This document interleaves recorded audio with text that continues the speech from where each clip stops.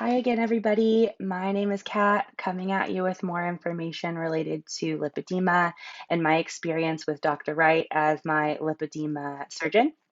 So, in my last video, I went through what my experience was like getting diagnosed with lipedema officially, and now I'd like to talk about what happened next. So, we put together a plan both in the short term for how I can do things at home to try and help the symptoms of lipedema.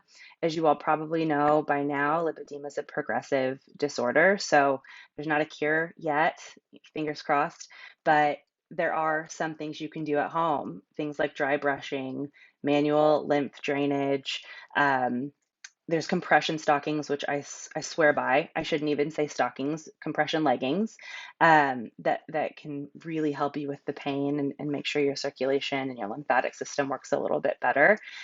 All of that you can find on Dr. Wright's website in very great detail. It's lipedema.net. And so we talked about that and what those practices are like and how rigorous you should practice them, how religiously to practice them.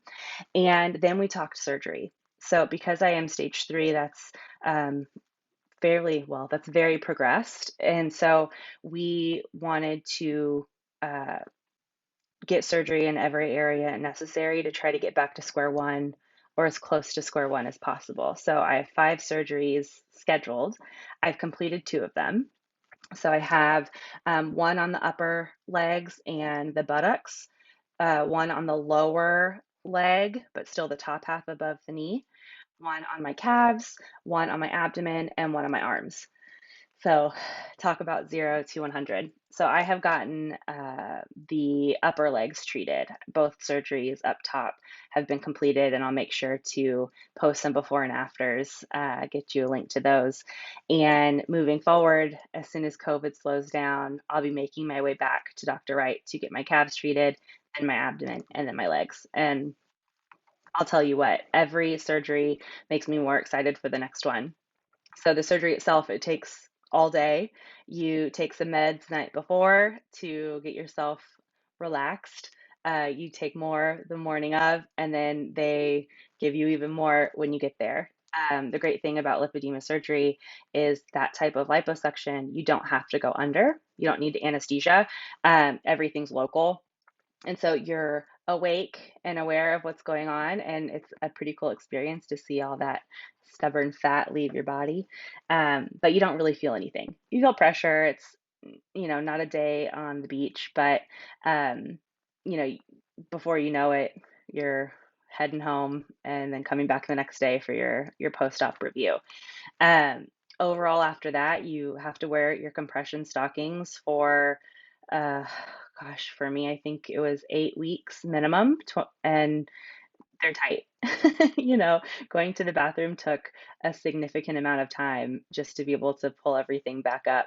And you're in pain, you're recovering from surgery. And so you do have bruises, you're leaking a lot of fluid, um, but it's worth it. After those 8 weeks, for me, because I have so many surgeries scheduled, I'd be going to my next surgery. But if you're not going to the next surgery, they highly recommend you continue wearing compression during the day at least, and then you can sleep in whatever you're used to sleeping in at night when your legs are elevated. Um, that's pretty much it. It's a very quick process, although the day of, it's a solid 8 hours. For me, the first surgery, they took out 8 liters of fat, and then the second surgery, they took out 12, which is crazy.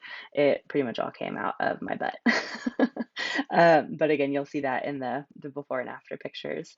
So, my next video I'll post, I'll include some information about my experience recovering from surgery and how I feel now as I get ready for my third surgery. Um, but again, if you ever have personal questions, feel free to reach out to me at kat.carwick, or of course, Dr. Wright and his team, who are just incredible. You can reach them through lipedema.net.